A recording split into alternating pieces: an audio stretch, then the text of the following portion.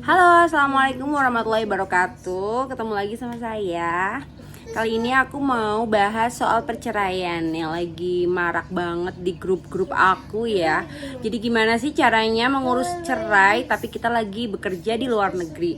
Ada yang lagi jadi TKW di Hong Kong atau di mana lah ya, intinya.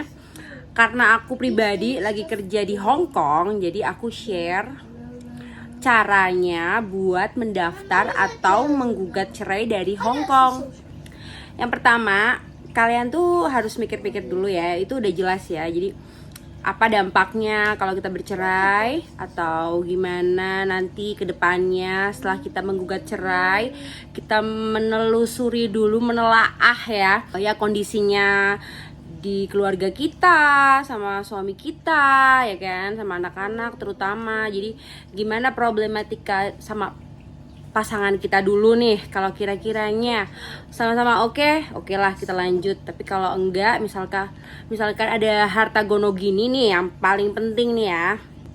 Jadi harta gono gini itu harta kita bareng sama suami selama kita menikah, itu adalah harta gono gini. Entah itu kita merasa yang bikin rumah, atau kita yang beli kendaraan, atau kita yang bangun rumah, atau kita beli sesuatu yang kayak misalnya apapun itu.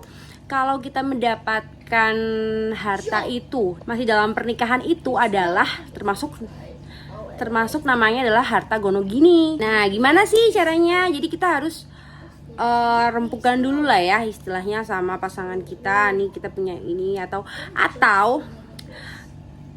suami kita itu udah mau, sama-sama mau lah ya untuk bercerai dan gak mempermasalahkan harta. Nah itu yang bagus banget ya. Kita sama-sama koreksi diri. Mungkin kita udah gak mungkin buat bareng lagi ke depannya, udah gak ada harapan lagi gitu. Jadi itu bagus banget ya kalau misalnya dari kedua belah pihak nggak ada mempermasalahkan soal harta. Itu bagus banget.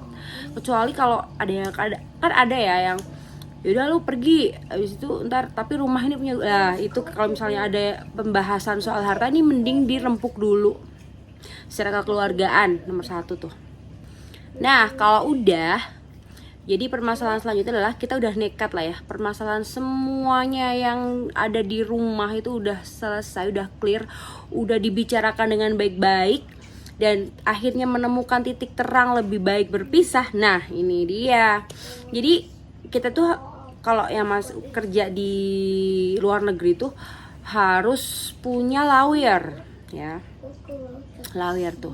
Terus kita harus mempersiapkan apa-apa aja sih yang harus dipersiapkan tuh, kayak KTP, ada KK, habis itu ada buku nikah, terus kayak gitu-gitu ya. Terus habis itu paspor. Kalau yang kita lagi di luar negeri itu yang disediain ya pastinya paspor ya, kontrak kerja dan lain-lain. Itu kita biasanya udah satu paket sama pengacaranya. Jadi pengacara kita yang semuanya akan ngurus gitu. Cuma kita mempersiapkan kayak KTP, KK, habis itu buku nikah. Nah kalau kayak temen aku nih contohnya nggak ada buku nikah karena sebelum bercerai itu bertengkar dulu gitu kan, terus buku nikah ada yang dibuang atau entah kemana, yang intinya buku nikahnya nggak ada, itu juga bisa loh.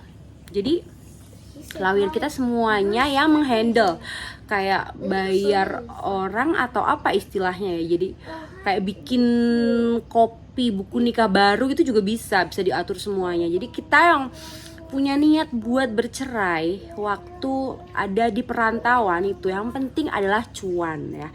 Duitnya harus dipersiapkan, karena minimal itu setahu aku ya 6 juta buat mengurus perceraian di luar negeri.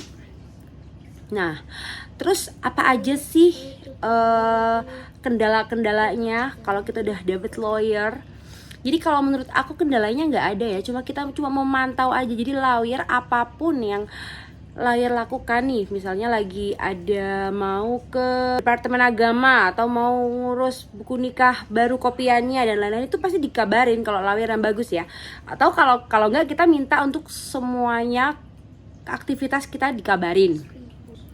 Setelah itu biasanya lawyer itu minta surat kuasa dari kita. Jadi lawyer itu bikin bikin kayak berita acara gitu bahwasanya kita itu meminta cerai karena apa itu juga dipersiapkan dulu alasan kita untuk bercerai itu apa gitu loh. Misal ada masalah ekonomi atau ada masalah kayak nggak ada nafkah lahir dan batin, itu menurut aku pas banget sih kalau alasannya nggak ada nafkah lahir batin, itu juga udah putus kok sebenarnya.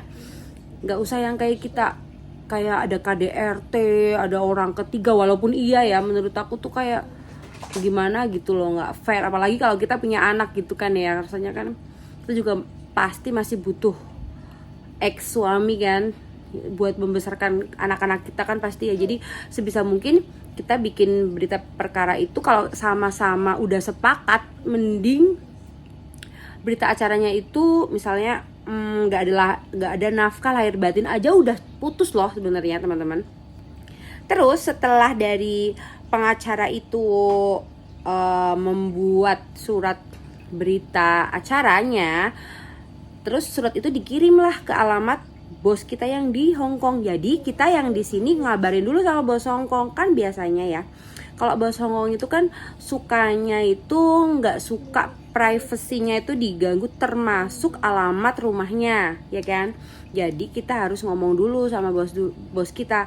Nih bos, aku lagi mau ngurus surat perceraian, terus ada mau surat masuk dari Indonesia gitu. Terus setelah surat masuk kita butuh apa aja nih? Nah, setelah surat masuk, surat datang, surat dari lawyer kita di Indonesia dikirim ke Hong Kong udah diterima nih, kita harus mempersiapkan paspor sama kontrak kerja buat dicop di KJRI. Kita bawa suratnya beserta kontrak kerja dan paspornya, kita bawa ke KJRI. Biasanya cuma 3 hari udah bisa diambil. Terus kita dari KJRI itu kan surat dari lawyer Indonesia itu udah dicop nih. Nah udah dicop, abis itu kita bawa lah surat itu, kita kirim lewat pos ke lawyer. Abis itu udah kita tinggal nunggu maksimal 2 bulan 3 bulan lah udah putus, udah cerai, itu udah bebas gitu guys. Jadi semoga ocehan aku ini bermanfaat ya buat yang baru-baru punya pemikiran mau bercerai gitu. Jadi gampang banget. Yang pertama kita harus siapin duit. Yang kedua kita cari lawyer yang bagus, yang bertanggung jawab, yang keren, yang berani gebrakannya, yang wani gelut lah ibaratnya ya, berani perang gitu kan, karena permasalahan perceraian itu kan banyak banget ya gitulah ya. Terus yang ketiga kita harus siapin kontrak kerja sama paspor buat ngecop ke KJRI. Jangan lupa juga buat ngabarin ke bos karena surat harus dikirim ke alamat bos kita. Habis itu udah deh, janda. Bermanfaat ya, janda mania.